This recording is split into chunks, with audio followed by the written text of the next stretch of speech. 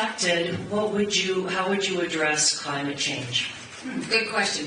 Climate change. So first of all, without knowing your political affiliation in here, we all want clean air, right? We all want clean water. We all want to know that we're going to leave a world in a good place for our kids and our grandkids. That's a given. So the question now is, how do we do it? And the way we do it is we have to, again, acknowledge some hard truths. America has always done a great job constantly focusing on cutting emissions. I saw as governor, we'd have companies come in and they would always build green buildings, not because I gave them incentives to do it, but because they wanted to be good stewards. And so now we see a situation where we've got emissions that we do need to focus on. But put the blame where the blame belongs. The biggest polluters right now in the world are India and China.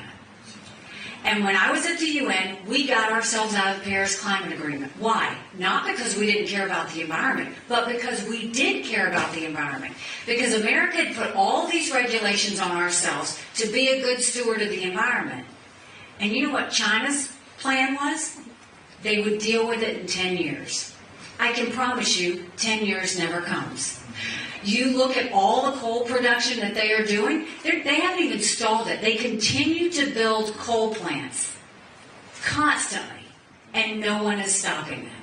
So the reality is, we need to get with the world and say, look, China and India are the problems, and they have to start doing something to reduce their emissions because they're not doing it. And Biden just met with President Xi again, and they talked about the weather.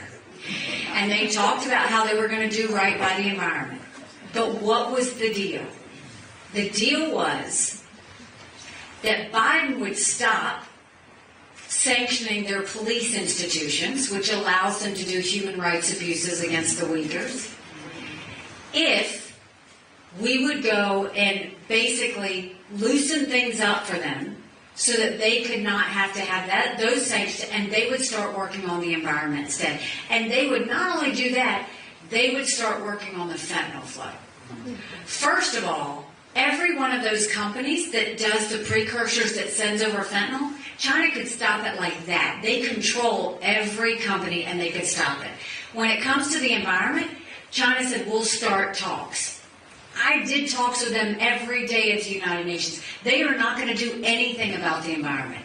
That's where our focus needs to be. And then we can focus on transitions. There's a lot of innovation that is really focused on capturing emissions. We can start doing that, but you can't do it with the Biden approach of let's put electric cars all in place by 2030.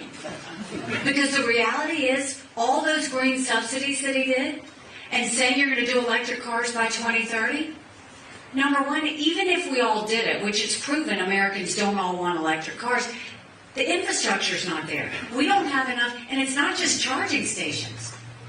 Electric cars are heavy.